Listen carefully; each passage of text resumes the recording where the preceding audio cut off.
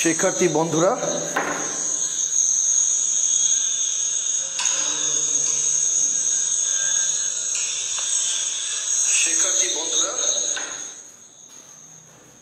আজকে একটু কষ্ট, মানে আসলে আমি ওই যে বোর্ডটা লাগানো হয়ে গেছে, কিন্তু আমি এখনো ওই সেকেন্ড বইটা নিয়ে আসতো জনি, বোর্ডটা লাগানো হয়ে গেছে ভাইয়া, কিন্তু এখনো বোর্ডে আমি আসলে ইজি না, তো এখনো বোর্ডে তেমন কিছু ফাংশন দেখি নাই। এই জন্য আজকের ক্লাসটা আমরা এই যে হোয়াইট বোর্ডে করি, সামনের দিন থেকে আমরা স্মার্ট বোর্ডে ক্লাস করবো ইনশাআল্লাহ। হ্যাঁ, সুদীপ্ত সরকার তন্ময়, স্মার্ট বোর্ড আছে ভাইয়া, মানে আজকে কেবল সেট আপ দিলাম, তো আমি তো এখনো ওই জিনিসটাতে এতটা ইজি হই নাই। সামনের দিন থেকে আমরা স্মার্ট বোর্ডে ক্লাস করবো ইনশাআল্লাহ। ওকে,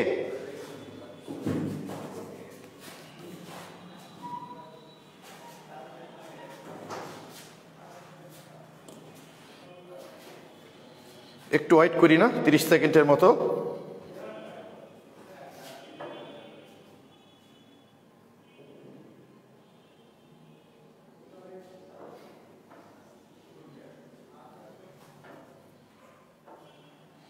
জাস্ট আজকে একদিনই কষ্ট করছি ভাই আমরা। ওকে, সামনের দিন থেকে আমরা স্মার্ট বোর্ডে ক্লাস করব।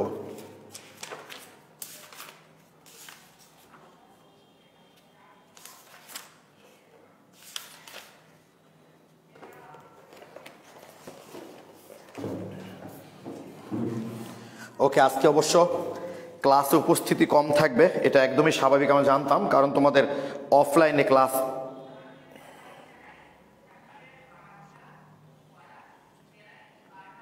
ও আচ্ছা, মুরাদ মাহফুজ, আপনি তো উজ্জ্বল ভাইয়ের ওখানে ক্লাস নিয়েছেন স্মার্ট বোর্ডে ভাই। হ্যাঁ, ওইটার সমস্যা না ভাই, আজকে কেবল সেট আপ দিলাম, তো নতুন স্মার্ট বোর্ড এখনো মানে সব বিষয়গুলো তো আমরা ইজি হয় নাই, মানে এখনো ভালো করে দেখাই হয় নাই, এই কারণে কেবল শেষ হলো তো ভাই।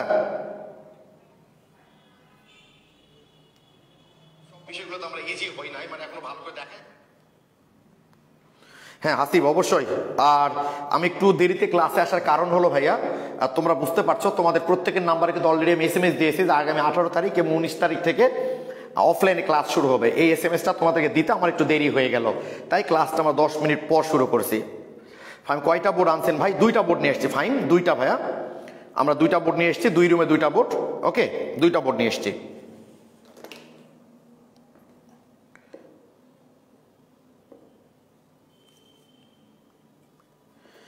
ভাইয়া জরিমানা করছে শুনছি, এর মধ্যে কি দেখি শুরু করি, তারপর কি হয়। আসলে আমি বিশ্বাস করি যে সময় সব সমস্যার সমাধান করে। ওকে, আমরা এখন প্যারাসিটামল প্রস্তুত করব। প্যারাসিটামল, ওকে, প্রথমে দেখি আমরা একটা ব্যথানাশক প্যারাসিটামল। প্যারাসিটামল প্রস্তুতির বিক্রিয়াটা আমরা একটু দেখি বোর্ডের কতটুকু দেখা যাচ্ছে। ওকে, একটু দেখে নিই। দেখো তো ভাইয়া, জনি এই পর্যন্ত দেখা যাচ্ছে না। ওকে, প্যারাসিটামল, ফেনল থেকে আমরা প্যারাসিটামল করব কিভাবে জানো? ফেনল থেকে প্রথম যে কাজটা তোমাদের হবে, এই যে অ্যামিনোফেনল, এইটুকু আগে তৈরি করে ফেলবা। এইটুকু তৈরি করার বিক্রিয়া কিন্তু ভাই আমরা দেখেছি, ওই যে ফেনলকে প্রথমে নাইট্রেশন করবা, করে ওই যে নাইট্রোফেনল তৈরি হবে, অর্থ নাইট্রোফেনল আর প্যারা নাইট্রোফেনল তৈরি হবে।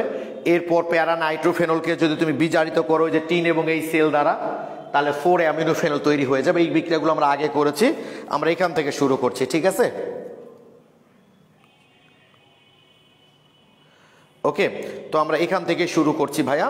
তো এইটাকে যদি আমরা ইথানোয়িক অ্যানহাইড্রাইডের সাথে বিক্রিয়া করাই, এই যে ইথানোয়িক অ্যানহাইড্রাইড, আমার 2টা রুমেই ভাই স্মার্ট বোর্ড লাগানো হয়েছে, এটা অন্য একটা রুমে আমি ক্লাস নিচ্ছি আবার। ওকে, এই যে ভাইয়া ইথানোয়িক অ্যানহাইড্রাইডের সঙ্গে মাথায় রাখবা 4 অ্যামিনোফেনল। ফেনল থেকে আগে আমরা 4 অ্যামিনোফেনলটা তৈরি করে নিব। 4 অ্যামিনোফেনল তৈরি করার পর 4 অ্যামিনোফেনল তৈরি করার পর ওকে, এটাকে যদি আমরা ইথানোয়িক অ্যানহাইড্রাইডের সাথে বিক্রিয়া করি, তাহলে হাইড্রোজেন প্রতিস্থাপিত হবে। কোন হাইড্রোজেন প্রতিস্থাপন হবে জানো? একটা জিনিস মনে রাখবা, এভাবে মনে রাখাটা সহজ। ওএইচ এবং অ্যামিনো মূলকের মধ্যে কোনটা বেশি সক্রিয় মূলক? অবশ্যই ওএইচ মূলক, তাই ওটা প্রতিস্থাপন হবে না। সবসময় অত্যাচার দুর্বলের উপর হয়। এখানকার হাইড্রোজেনটা আমি তোমাদের সুবিধার্থে এটা একটা এইভাবে লিখছি, দেখো এই যে এইভাবে লিখলাম। ওকে, এই যে ভাইয়া এই হাইড্রোজেনটা এর সাথে বের হয়ে চলে যাবে, এই যে এই হাইড্রোজেনটা ওর সাথে বের হয়ে চলে যাবে। ওই কি তৈরি করবে দেখো তো, ওর সাথে বের হয়ে CH3COH, এই যে ইথানোয়িক অ্যাসিড, আর ওই মূলকটা এখানে চলে আসবে। আমি আগে লিখি তারপর দেখাচ্ছি ভাইয়া তোমাদের। NaCO-CH3, এটাই আমাদের সেই ব্যথানাশক প্যারাসিটামল। যেই ব্যথাই হোক না কেন খেলে সঙ্গে সঙ্গে তার রিমুভ হয়ে যাবে, তবে মনের ব্যথা ছাড়া কিন্তু। হ্যাঁ, প্যারাসিটামল খেলে কিন্তু মনের ব্যথা যাবে না ভাই, মনের ব্যথা ছাড়া শরীরের যে কোনো ব্যথাই এটা খেলে চলে যায়। তার মানে আবারও বলছি, প্রথমে ফেনল থেকে আমরা 4 অ্যামিনো ফেনল তৈরি করব। কিভাবে করব গত দিনের ক্লাস এবং বই দেখলে তোমরা বুঝতে পারবা। এইবার এটাকে যদি আমরা ইথানোয়িক অ্যানহাইড্রেটের সাথে বিক্রিয়া করাই, তাহলে মনে রাখবা দুটার মধ্যে কম সক্রিয় যেটা সেই হাইড্রোজেন প্রতিস্থাপন হবে। ঠিক আছে, সেই হাইড্রোজেনটা ইথানোয়িক অ্যানহাইড্রাইডের এই অংশের সাথে বের হয়ে যে CH3COOH ইথানোয়িক অ্যাসিড প্লাস এই অংশটুকু এই এইচ এর জায়গায় যেখানে এইচ ছিল চলে আসবে, এই যে। ওকে, এটাই হলো আমাদের প্যারাসিটামল। ওকে, আচ্ছা শ্রাবণী, আমি মাত্র খেলাম, চোখের প্রবলেম, মাথা ব্যথায় থাকতে পারি না। ওকে, এখন তোমরা একটু আমাকে প্লিজ বলো তো। হ্যাঁ কাবিউল শুভ, এইটা অ্যানালগ এবং অফ টাইমে ক্লাস দেওয়া হয়েছে ভাই, এই জন্য ক্লাসের উপস্থিতি আজকে কম। ওকে, আচ্ছা তোমরা আমাকে একটু প্লিজ বলো এই প্যারাসিটামল প্রস্তুতিটা বুঝতে পেরেছো কিনা।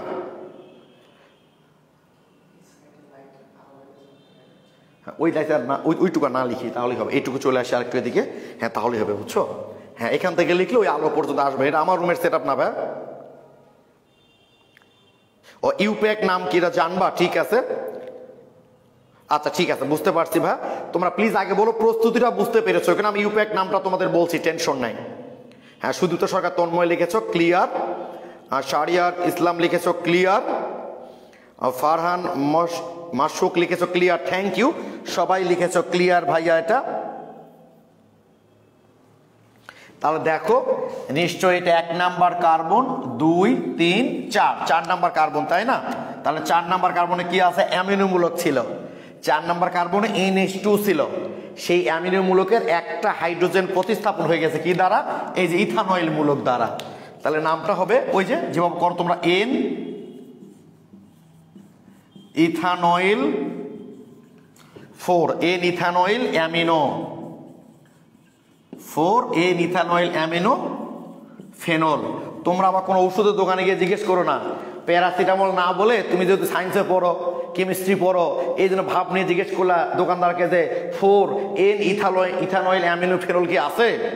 দোকানদার এক বাক্যে বলবে না এই ওষুধ আমার কাছে নাই। তো সুতরাং দোকানের কাছে গিয়ে কিন্তু ইউপ্যাক নাম বলতে চেও না, দোকানদার কাছে গিয়ে প্যারাসিটামলই বলো। আমার বিশ্বাস তোমরা এখন বুঝতে পেরেছো। থ্যাংক ইউ, সবাই লিখেছো বুঝতে পেরেছি, থ্যাংক ইউ। এটাই হলো আমাদের প্যারাসিটামল প্রস্তুতির বিক্রিয়া। ওকে, আমি এই রুমে ভাই প্রথম যৌগটা লিখলাম তো তাই বুঝতে পারিনি কোন জায়গায় দেখা যাবে আর যাবে না, এখন আর সমস্যা হবে না।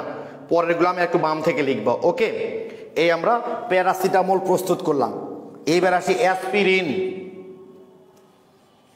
অ্যাসপিরিন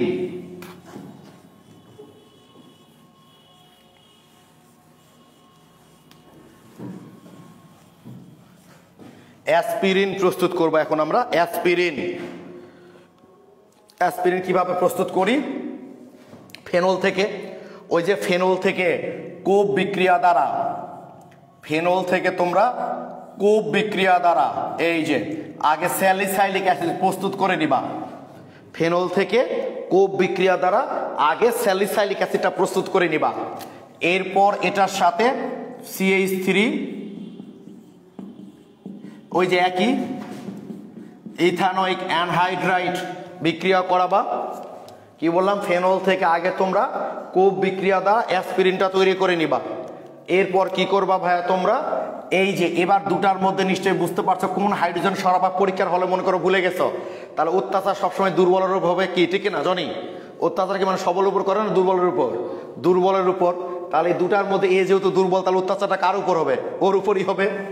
এই এইচটা এর সাথে মিলে আগের যৌগের মতোই ইথানোয়িক অ্যাসিড আকারে বের হয়ে চলে যাবে, এই যে ইথানোয়িক অ্যাসিড, আর এই অংশটুকু এসে ও এর সাথে যুক্ত হবে, অর্থাৎ প্লাস। আমি একটু নিচে লিখছি, ওইদিকে যাচ্ছি না, তোমাদের দেখতে যদি প্রবলেম হয় এই কারণে।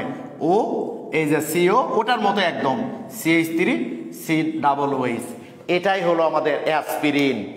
এটাই হলো, এটাও একটা তীব্র ব্যথানাশক অ্যাসপিরিন। এখানে একটা অ্যাসিড গ্রুপ আছে তো ভাইয়া, একটা তীব্র অ্যাসিড গ্রুপ আছে, তো এই জন্য এটা কিন্তু ক্ষতিকারক, বুঝছো? মানে প্যারাসিটামলের চেয়ে এই অ্যাসপিরিনটা ব্যথানাশক হলেও, দুটাই ব্যথানাশক, এটা তীব্র ব্যথানাশক, এইটা ক্ষতিকর। তোমরা আমাকে প্লিজ একটু জানাও। ওই রুমে কিন্তু লাইটের প্রবলেমটা হয় না, কিন্তু এখানে হচ্ছে বেশি। হ্যাঁ, কাছাকাছি, এই কারণে।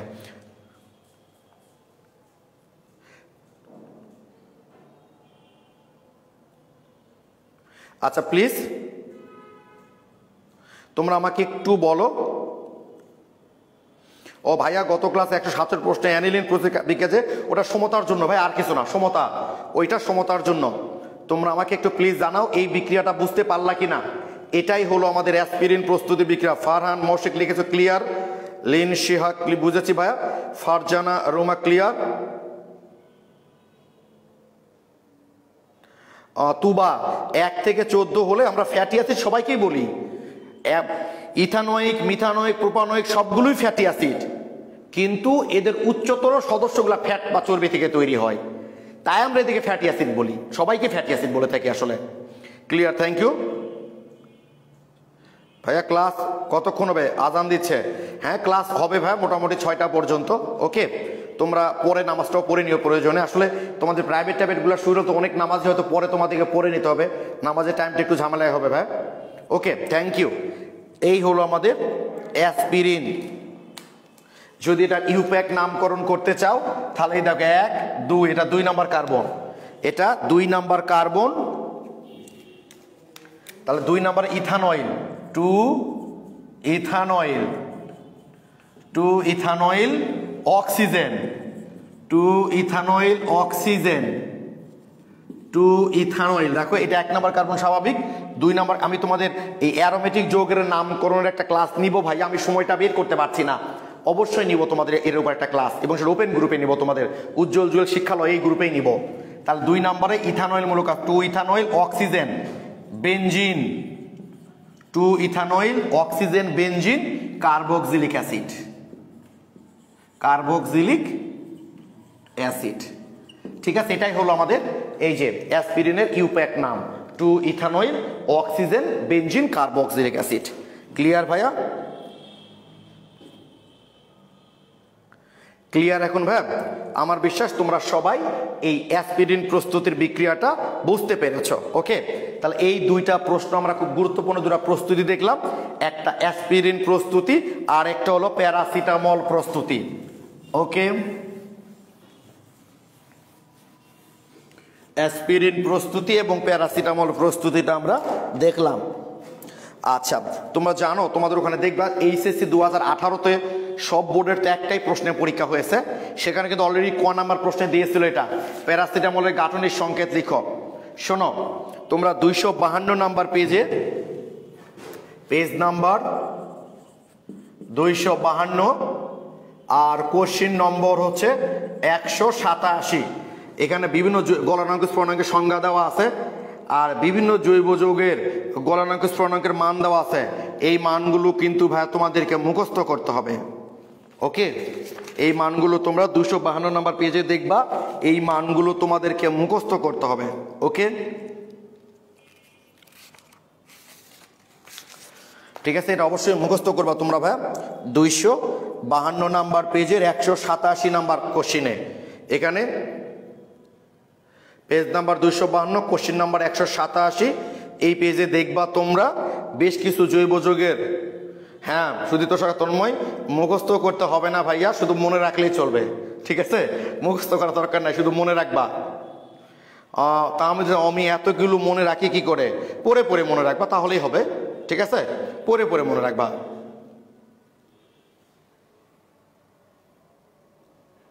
ও আচ্ছা, আজ মোরাতে বলিনি না। ও আলফা ন্যাপথল কি?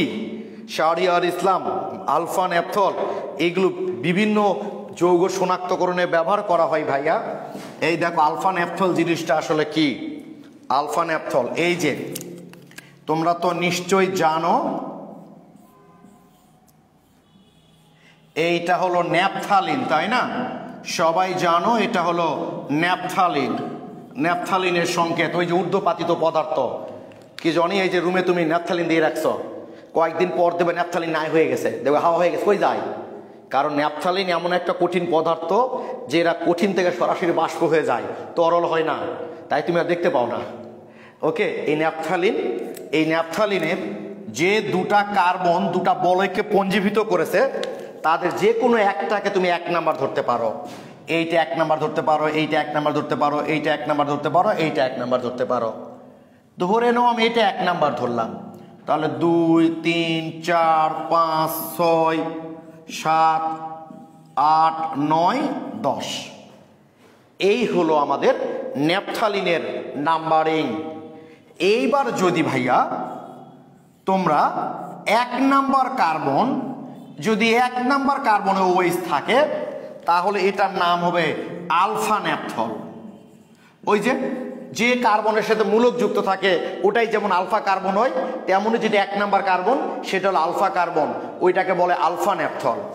আর যদি আমরা 2 নাম্বার কার্বন ওএইচ মূলকটা যুক্ত থাকে, এই যে 2 নাম্বার কার্বনে যদি ওএইচ মূলকটা যুক্ত থাকে ভাইয়া, তাহলে এটার নাম হবে বিটা ন্যাপথল। এটা হলো আলফা ন্যাপথলের সংকেত, এগুলো হলো বিটা ন্যাপথলের সংকেত। এগুলো পরবর্তী অ্যাডমিশন টেস্টে তোমরা যাবা, এই সংকেতগুলো লাগবে।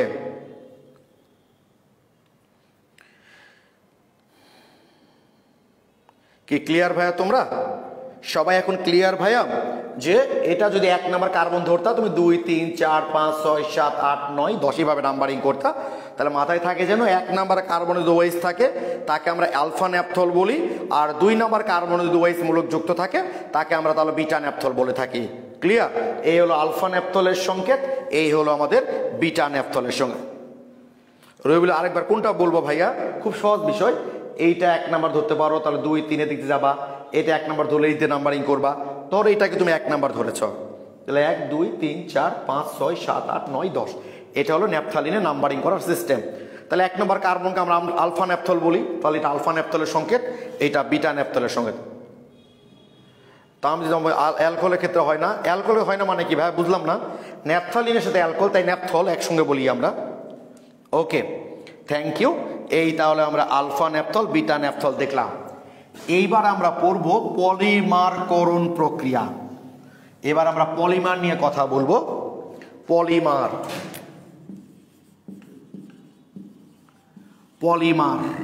ওকে, আমরা এখন পলিমার নিয়ে কথা বলবো। এখন আমরা শুরু করছি নতুন টপিকস, পলিমার।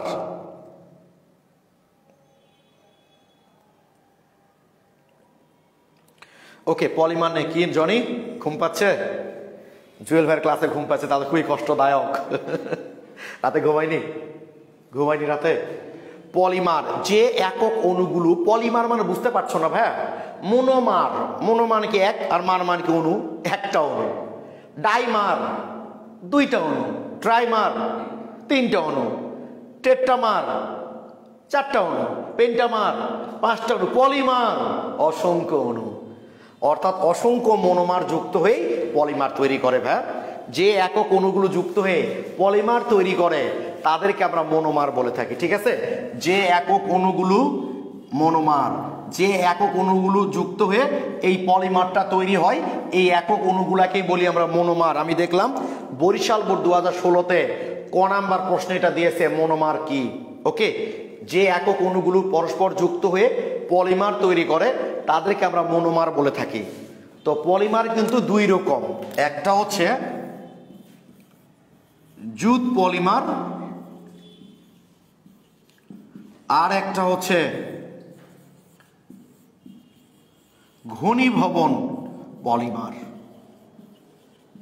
একটা হলো জুট পলিমার, আর একটা হলো ঘনীভবন পলিমার।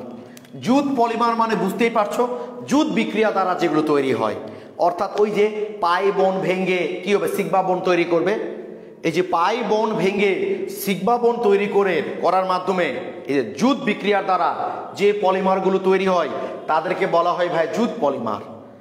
আর ঘনীভূত হয়, জাস্ট অসংখ্য অণু পরস্পরের মধ্যে যুক্ত হয়, কোনো বন্ড টন ভাঙে না, তাদেরকে বলি আমরা ঘনীভবন পলিমার। ওকে, এখন আমরা শুরু করব প্রথমে শুরু করব জুট পলিমার। আমরা শুরু করছি জুট পলিমার দিয়ে। তো দেখো ভাইয়া, আমি তোমাদের একটা মজার টেকনিক শেখাচ্ছি, সেইটা হচ্ছে একটা সাধারণ বিক্রিয়া লিখছি আমি। দেখো, CH2 double bond CH Z আসলে কোনো অণু পরমাণু বা মূলক না, Z যে কোনো অণু পরমাণু বা মূলক হতে পারে। Z এর মানটা চেঞ্জ হবে তো আমাদের পলিমারটা চেঞ্জ। তো এইটা হলো আমাদের একটা মনোমার, এটার অসংখ্য অণু নিতে হয়, অসংখ্য অণু। তো আমি লিখলাম এখানে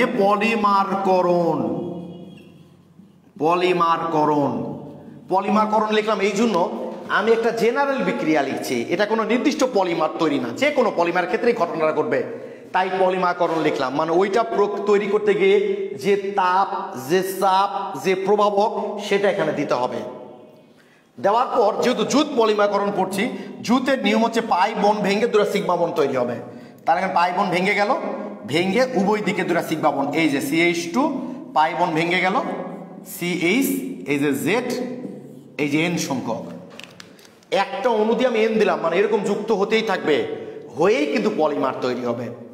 আমি আবারও বলছি, বারবার বলবো, যতবার বুঝবো না ততবার বলবো, তবে বিষয়টা খুবই সহজ, এতবার বলা লাগবে না। এইটা আমরা ধরে নিছি একটা মনোমার,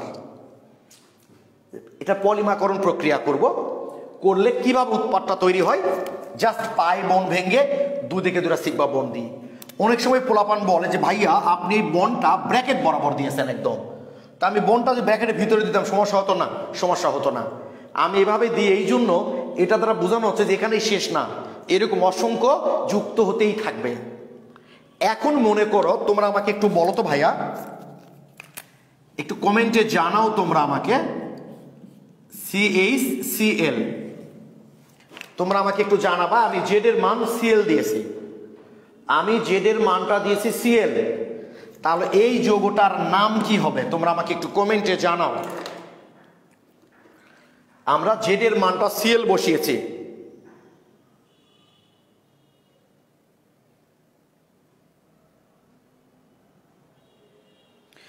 এই বোকাসেল অমি ওইস এর নাম আলফা বিটা হয় না, কে বললো? আলফা অ্যালকোহল অবশ্যই হবে না, কেন?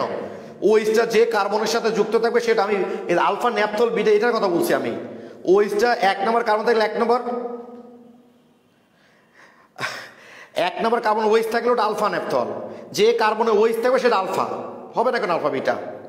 ওকে, thank you Omi Habibur Rahman, vinyl chloride, Talha bin Kabir Tasif, আমি এটার নাম জিজ্ঞেস করছি, হয়নি তোমারটা, ভিনাইল ক্লোরাইড, থ্যাংক ইউ, সবাই ঠিক লিখেছ। তোমরা নিশ্চয়ই জানো এই মূলকটার নাম হচ্ছে ভিনাইল মূলক। এই মূলকটার নাম কি বললাম আমরা? ভিনাইল মূলক। তাহলে এই মূলকটার নাম যদি ভিনাইল মূলক হয়, তাহলে একটু খেয়াল করো তো, তাহলে এই মূলকটার নাম আমরা জানি, এই মূলকটার নাম হলো ভিনাইল মূলক। তাহলে জেড এর নাম যদি আমি Cl বসাই, তাহলে এটার নাম হবে ভিনাইল, এইটার নাম হবে ভিনাইল ক্লোরাইড, এইটার নাম হবে ভিনাইল ক্লোরাইড, N সংখ্যক নিতে হবে, নিলাম। এইবার ভিনাইল ক্লোরাইড কে পলিমার করতে গেলে কোন কোন প্রভাবক লাগে ভাইয়া, সেইটা তোমাদেরকে অবশ্যই এখন বসাইতে হবে। আমি তোমাদের একটা শখের কথা বলবো, দাঁড়াও। এখানে তাপমাত্রা উচ্চ, মানে উচ্চ চাপ কোনো নির্দিষ্ট নাই, উচ্চ তাপ দিতে হয়। উচ্চ তাপ দিলে কি হবে, এই বন্ডটা ভেঙে যাবে, ভেঙে দুই দিকে দুটো বন্ড তৈরি হবে, সিগমা বন্ড, CH এই যে হয়ে গেল ভাইয়া। এটার নাম যেহেতু ভিনাইল ক্লোরাইড, এটার নাম হলো পলিভিনাইল ক্লোরাইড, যাকে আমরা সংক্ষেপে বলি PVC। দেখো এই সাধারণ বিক্রিয়াটা মনে রাখলে কিন্তু এটা কোনো বিষয়ই না।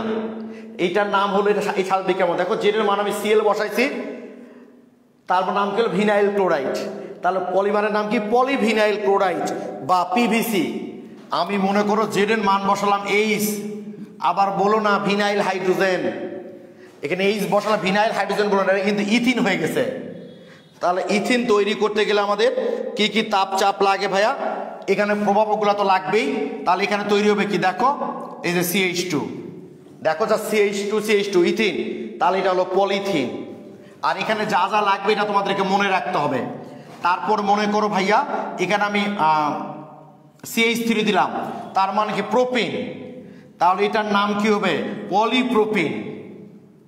তারপর মনে করো এটা এখানে আমি অ্যাসিটেট দিলাম, নাম কি হবে ভিনাইল অ্যাসিটেট, তাহলে পলিমারের নাম কি হবে পলিভিনাইল অ্যাসিটেট। এভাবে জেডের মানটা চেঞ্জ হয়ে যাবে আর মনোমার চেঞ্জ হলেই পলিমারটাও চেঞ্জ হয়ে যাবে।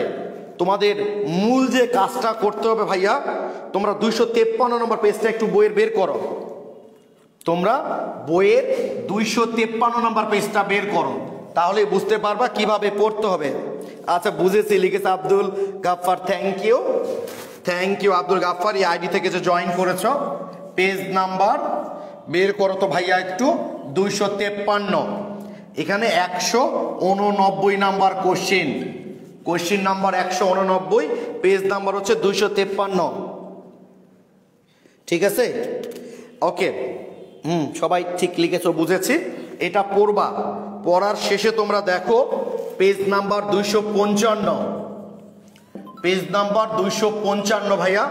তোমাদের সুবিধার্থে আমি একটা কাজ করেছি, সেইটা হচ্ছে কোন পলিমারের মনোমারের নাম কি, কোন পলিমারের মনোমারের নাম কি। আচ্ছা হাসিব রহমান লিখেছে, আমি ঘুম চোখে আছি তবু ভালো বুঝেছি, থ্যাংক ইউ হাসিব। তো দেখো ভাইয়া 255 নম্বর পেজ তোমরা একটু বের করো, পেজ নাম্বার 255, তোমাদের সুবিধার্থে 255 নম্বর পেজে আমি একটা ছক দিয়েছি, দেখো সেখানে বিভিন্ন পলিমারের মনোমারের নাম, সেই পলিমারে কত তাপ লাগে, কত চাপ লাগে, আর কোন প্রভাবক ব্যবহার করতে হয়, সেইটা যদি জানা থাকে তাহলে তুমি মনোমারের নাম জানো, পলিমারের নাম জানো, প্রভাবকের নাম জানো, আর তো কিছু লাগে না। মেডিকেল অ্যাডমিশন টেস্ট 2009-10 সালে, ডেন্টাল অ্যাডমিশন টেস্ট 2009-10 সালে, দুই প্রতিষ্ঠানেই দুইটা করে 4টা MCQ দিয়েছে এই পলিমারের ছক থেকে। তাই তোমাদের সুবিধার্থে আমি কিন্তু এই ছকটা তৈরি করেছি ভাই, ওই ব্রডগুলার আলোকে। তাহলে অবশ্যই তোমরা,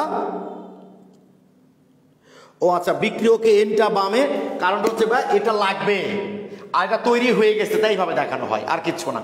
এই পরিমাণ লাগবে না, 10 5 সংখ্যা এটা হয়ে গেছে।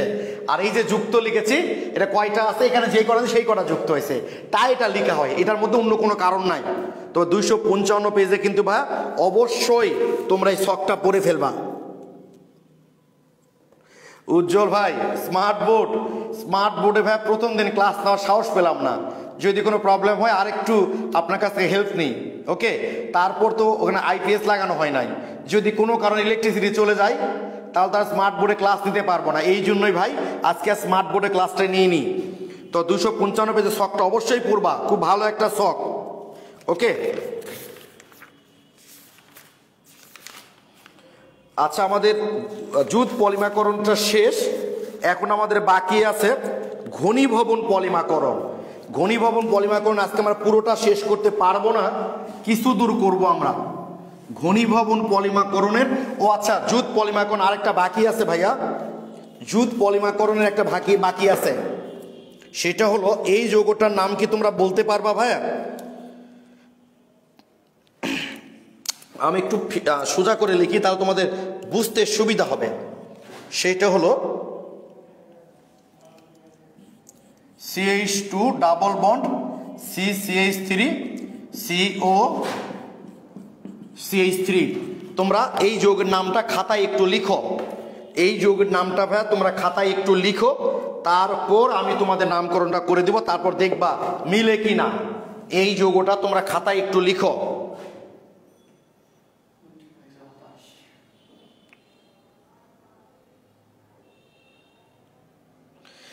তামান্না খান তুবা লিখছো বইয়ে পলিমার দেখলে মনে হয় কত কঠিন। তুবা এখন কি বুঝতে পেরেছো ভাইয়া? তুবা একটু কমেন্ট করো তো ভাইয়া, যে যেহেতু তুমি লিখছো বইয়ে পলিমার দেখলে অনেক কঠিন লাগে। আচ্ছা যেমন, আচ্ছা এটা করাই তারপর দেখাচ্ছি আমি। তুবা একটু কমেন্টে জানাও তো ভাইয়া, বলো বই এখন এখন ইজি লাগছে কিনা।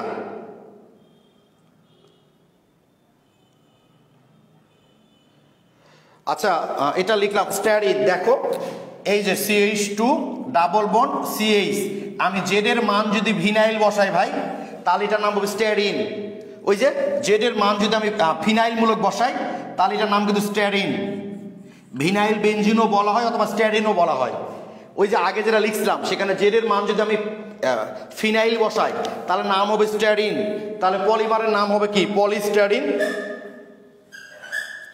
সবাই লিখেছো বোধ হয়, আমি স্ট্যান্ডে দেখালাম, ওই যে আমি দেখতে পাচ্ছি তো, তোমাদের রুমে গিয়ে আবার প্রবলেম হতে পারে।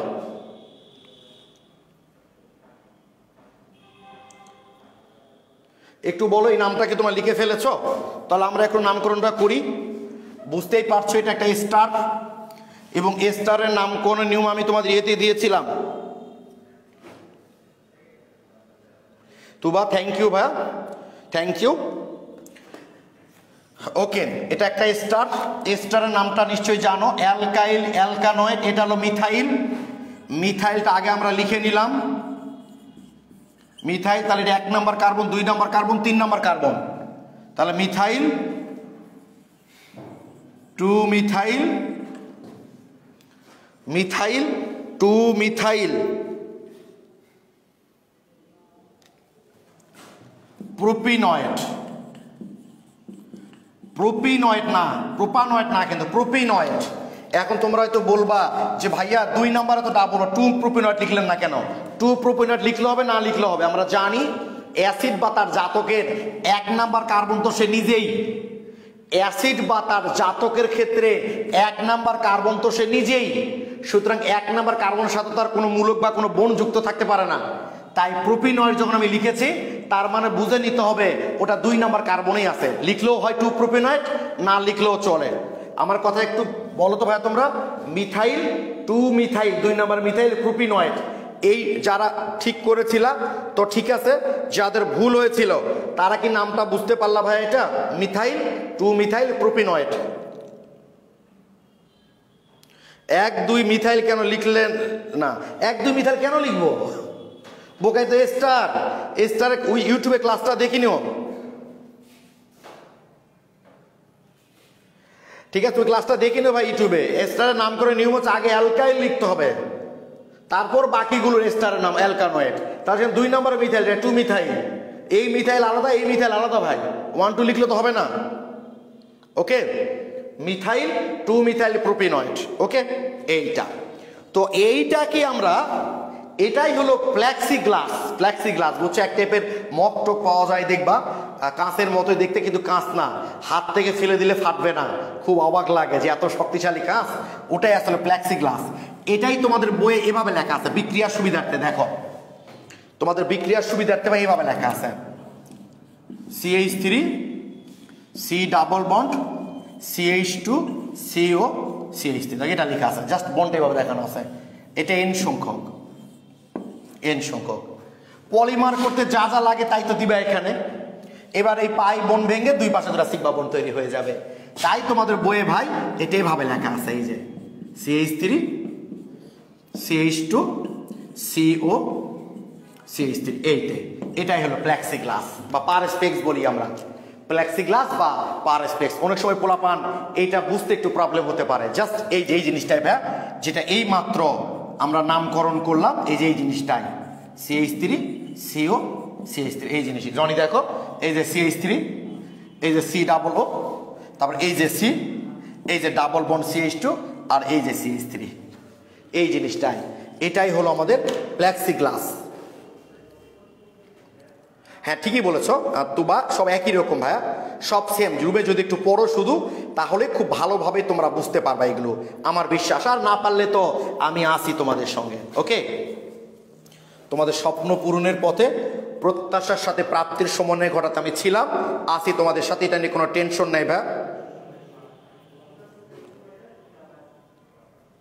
ওকে, তোমরা তাহলে এটুকু বুঝতে পেরেছো, তাই না? তাহলে আমাদের জুট পলিমারকরণে এইটা একটু পোলাপানদের প্রবলেম হয়, সেইটা তো আমি তোমাদেরকে বুঝিয়ে দিলাম। আর একটা হয় যে স্টেরিন, সে তো বললামই ভাইয়া যে ভিনাইল মূলকের সাথে যদি জেরের জায়গায় ফিনাইল মূলক বসাও তাহলে ওটা হয়ে যায় স্টেরিন, আর পলিমার করলে হবে পলিস্টেরিন। তাহলে জুট পলিমারকরণ আমাদের কমপ্লিট। ঘনীভবন পলিমারকরণকে আজকে শুরু করব। আজকে তো ক্লাসে স্টুডেন্ট কম, বুঝছো, যেহেতু আজকে স্টুডেন্ট কম তো জুট ঘনীভবন একটু শুরু করি। যেহেতু সামনে ক্লাসে আমরা অর্গানিকটা শেষ করব, সামনের দিন সোমবার, আর বুধবার থেকে আমাদের অনলাইন অফলাইন দুটাই শুরু চলবে।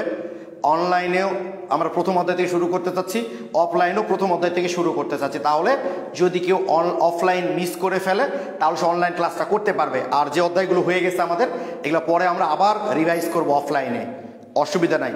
তাই আগামী ক্লাসে আমাদের যেহেতু অনলাইন ক্লাসটা আমরা অর্গানিক ক্লাসটা আমরা শেষ করতে চাচ্ছি, তাই বেশি প্রেশার না নিয়ে ঘনীভবন বিক্রিয়া যতগুলো আছে অন্তত একটার প্রস্তুতি বিক্রিয়া আজকে আমরা করে ফেলি।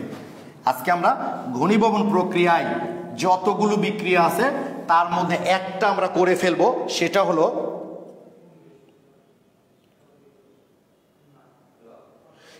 তালা বিন কবির তাসিফ, বাণিজ্যিক নাম প্লেক্সিগ্লাস, নামের আগে শুধুমাত্র পলি কথাটা দিলেই হবে। তাহমিদুল ইসলাম অমি, অর্গানিক সলভ ক্লাস হবে না। সলভ ক্লাস আবার কি নেবো ভাইয়া, তোমাদের আগে তো শেষ করতে হবে আর কি, শেষ করার পর না সলভ হবে। অর্গানিক তো আমরা অফলাইনে আবার পড়বো প্রথম থেকে, ঠিক আছে? তো যেহেতু আমাদের অফলাইন অনলাইনের সাথে সমন্বয় রাখতে আমরা প্রথম অধ্যায় দিয়েই শুরু করব। ওকে, আমরা এখন যেটা প্রস্তুত করব সেটা হলো নাইলন। নাইলন, যে নাইলনটা আমরা ব্যবহার করি বুঝছে সুতা টুতাতে, সেই নাইলন প্রস্তুত করব আমরা। নাম হচ্ছে 6 লিখি আমরা। এলাকার উদ্দেশ্য হচ্ছে যে দুটা যৌগ মিলে এই নাইলনটা তৈরি হয়, দুটা যৌগেই কার্বন সংখ্যা আছে 6টা করে, তাই প্রথম 6 আর পরের 6 নাইলন কি, ঠিক আছে? নাইলন আমরা বাজারে যে নাইলনটা পাই, যে নাইলনটা আমরা ব্যবহার করি ভাইয়া, যে নাইলনটা আমরা ব্যবহার করি সেখানে যে দুটা যৌগ মিলে নাইলনটা তৈরি হয়, এই 6 তুমি চলে যাও ভাই, নয় তুমি ঘুমা চা খাও অসুবিধা নেই। প্রথম 6টা হলো প্রথম যৌগের কার্বন সংখ্যা, পরের 6টা হলো পরের যৌগের কার্বন সংখ্যা। দেখো তাহলে বুঝতে পারবা। তোমাদের 9-10-এর অর্গানিকের মধ্যে বিক্রিয়াগুলো দেওয়া আছে, এত ছোট করে দেওয়া আছে পোলাপান বুঝতেই পারবে না। আজকের ক্লাসটা করো ভাইয়া, তোমরা তাহলে বুঝতে পারবা। সুদীপ্ত স্যার তোমরা ঠিকই বলেছো ভাই, আগে রিভাইজ দাও, আগে পড়ো, আগে প্রবলেমগুলো ফাইন্ড আউট করো, তারপরেই আমরা সলভ ক্লাস দিই। সেটাই বেটার হবে। তাহলে দেখো, এই যে ভাইয়া হেক্সামিথিলিন ডায়ামিন, আমি ডায়ামিনটা তোমাদের বোঝার সুবিধার্থে এইভাবে লিখলাম। এই যে হেক্সামিথিলিন ডায়ামিন, হেক্সামিথিলিন ডায়ামিন, এর সঙ্গে 6 কার্বনযুক্ত ডায়োইক অ্যাসিডের নাম কি নাম জানো? Adipic acid. এই যে অ্যাডিপিক অ্যাসিড নাম এর আগে আমরা শিখেছিলাম, হেক্সামিথিলিন ডায়ামিন, আর এটার নাম তো তোমরা জানো অ্যাডিপিক অ্যাসিড। ওই যে শিখেছিলাম এর আগে একদিন ক্লাসে, নিশ্চয় মনে আছে, অ্যাডিপিক অ্যাসিড। তাহলে হেক্সামিথিলিন ডায়ামিন আর অ্যাডিপিক অ্যাসিড এরা কিন্তু আসলে মনোমার না ভাই, বুঝছো? 10-এ মুখস্থ ঠিকই বলেছ। 9-10-এ তালা বিন কবির তাসিফ, সমস্যা না ভাই, আজকের পর থেকে আর ভুলটা হবে না। ওকে, তো হেক্সামিথিলিন ডায়ামিন এর সাথে অ্যাডিপিক অ্যাসিড বিক্রিয়া করে প্রথমে একটা তৈরি করে কি ভাই জানো? এই যে এইচ আর ওএইচ মিল, এখান থেকে পানিটা বের হয়ে যায়, পানিটা বের হয়ে গেল, এইচ আর ওএইচ মিলে পানিটা বের হয়ে গেল। এই আসলে এই দুটা কিন্তু মনোমার বলা উচিত না, জানো? এই দুটা হলো আসলে কাঁচামাল, র মেটেরিয়ালস।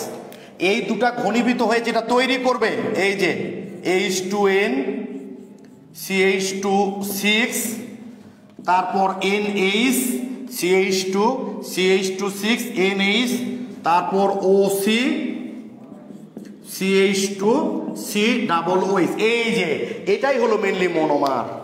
আমি আবারও বলছি, যে এই যে হেক্সামিথিলিন ডাইয়ামিন এর সাথে অ্যাডেবিক অ্যাসিড ঘনীভূত হয়ে প্রথমে এই যৌগটা তৈরি করলো।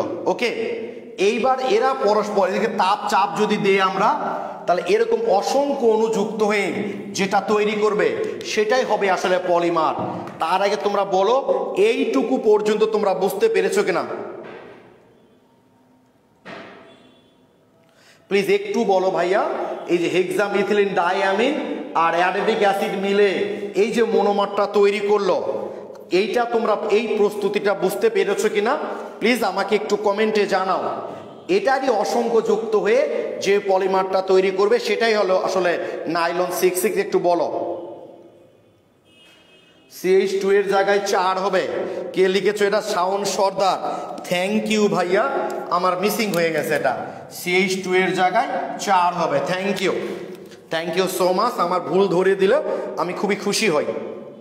সুদীপ্ত সরকার, তন্ময়, লিনশিহা, ফারহান মাসুক, ফারজানা রুমা, বিদিশা ইসলাম, শিয়া, সাইফুল ইসলাম, দিয়া, সবাই লিখেছো। এতটুকু বুঝেছি, থ্যাংক ইউ। এতটুকু বুঝলেই হবে ভাইয়া। এইবার এইটার এন সংখ্যক যুক্ত হবে। একটু চিন্তা করো তো ভাইয়া তোমরা, এরকম অসংখ্য আরেকটা অণু যদি পাশে রাখি, এটার আরেকটা অণু যদি পাশে রাখি, তাহলে কি হবে? এই অংশটুকু ওইবার থাকবে না, অর্থাৎ এই অংশের OH আর এর পাশের যে H সেইটুকু মিলে এন সংখ্যক পানি বের হয়ে যাবে। এরকম অসংখ্য যুক্ত এই পলিমার তৈরি। আগে আমি লিখি তারপর দেখাচ্ছি। দেখো এই যে এই Hটা বের হয়ে যাবে, এন এর ভিতর সাব ব্যাংক কুসা যা আছে সব ঠিক থাকবে। CH2 6 NH OC এগুলো সব অপরিবর্তনীয়। CH2 4 CO N plus N সংখ্যক পানি। আমি আবারও বলছি, এরকম অসংখ্য অণু যখন পাশাপাশি রাখবো তখন কি হবে ভাইয়া বলতো? এই অ্যাসিডের OH আর পাশের অণুর থাকবে কি H, মিলে হবে পানি। আবার আরেকটা অণুর H তার পাশের OH মিলে, এরকম অসংখ্য H আর OH মিলে পানিটা বের হয়ে যাবে। তাই অসংখ্য অণু না লিখে এই অংশ থেকে যেহেতু OH যায় তাই OHটা বাদ দিয়ে CO দিয়েছি আমি, আর এই অংশ থেকে যেহেতু H যায় তাই Hটা বাদ দিয়ে NH দিয়েছি। এটাই হলো আমাদের সেই কাঙ্ক্ষিত নাইলন 6,6 যৌগ। তোমরা আমাকে বলো, কারণ দেখো এটা কিন্তু ঘনীভূত হয়েছে। জাস্ট দুইটা যৌগ কি হয়েছে দেখো তো ভাইয়া, ঘনীভূত হয়েছে। তাই এই প্রক্রিয়াগুলোর নাম হচ্ছে ঘনীভবন প্রক্রিয়া। তোমরা আমাকে প্লিজ একটু জানাও যে নাইলন 6,6 প্রস্তুতি বুঝতে পেরেছো কিনা। এটা আগেরটা ক্লিয়ার লিখেছো না, এখনটা বুঝতে পারছি না ভাইয়া। ফারজানা রুমা লিখেছে ক্লিয়ার, তুবা clear, Saiful Islam clear, Zakaria Hossain clear, Farhan মাসুক ক্লিয়ার। এখন কি তোমাদের মনে থাকবে? এখন কি আর মুখস্থ করতে হবে ভাইয়া তোমাদের? বলো দেখি। আমার বিশ্বাস এখন আর মুখস্থ করতে হবে না যে প্রথমে হেক্সামিথিলিন ডাইয়ামিন আর অ্যাডেবিক অ্যাসিড মিলে কি করলাম, আমরা এই মনোমারটা তৈরি করলাম। এরকম অসংখ্য মনোমার যুক্ত হয়ে এই পলিমারটা তৈরি হলো। কি করে করলাম দেখতেই পাচ্ছ। প্রথমে পানিটা এখান থেকে বের হয়ে এই মনোমার তৈরি হলো। এরকম অসংখ্য মনোমার থেকে পানি অপসারণ হবে কিভাবে? OH আর পাশের অণু ওই যে NH2 থেকে যাবে H, ও পার্কার OH তার পাশে H। তাই আমরা পুরোটা না দেখে, যেহেতু এখান থেকে OH চলে যাবে খালি CO-টা রাখলাম, আর এখান থেকে যেহেতু H চলে যাবে তাই একটা H রাখলাম। এটাই হলো আমাদের নাইলন 6,6। এটা প্রায় দেয়। তুবা থ্যাংক ইউ লিখেছো ভাই, মনে থাকবে। এটা প্রায় ফাইনাল পরীক্ষা, অ্যাডমিশন টেস্ট, ব্রড MCQ সব জায়গাতেই দেয়। ওকে, তাহলে আমরা ঘনীভবন পলিমাকরণের সবচেয়ে গুরুত্বপূর্ণ পলিমাকরণটা আমরা আসলে করে ফেললাম। তো আমার মনে হয় পলিমাকরণ কি আর আজকে করব না সামনে ক্লাসে করলে হবে? আজকে একটু প্র্যাকটিস করো। আজকে একটু প্র্যাকটিস করলে সামনে ক্লাসে তোমাদেরকে আমার একটু কম বুঝাইতে হবে। অর্থাৎ সামনে ক্লাসে আমরা এই পলিমাকরণটা শেষ করব। অর্থাৎ আগামী ক্লাসে আমাদের অর্গানিকটা মোটামুটি শেষ হয়ে যাচ্ছে অনলাইনে, আর এরপর বুধবার থেকে আমাদের অফলাইনও শুরু হবে, আর অনলাইনও শুরু হবে আমাদের প্রথম অধ্যায় দিয়ে। ওকে, ততক্ষণ সবাই ভালো থেকো, সুস্থ থেকো। সবার জন্য শুভকামনা রইল। আসসালামু আলাইকুম।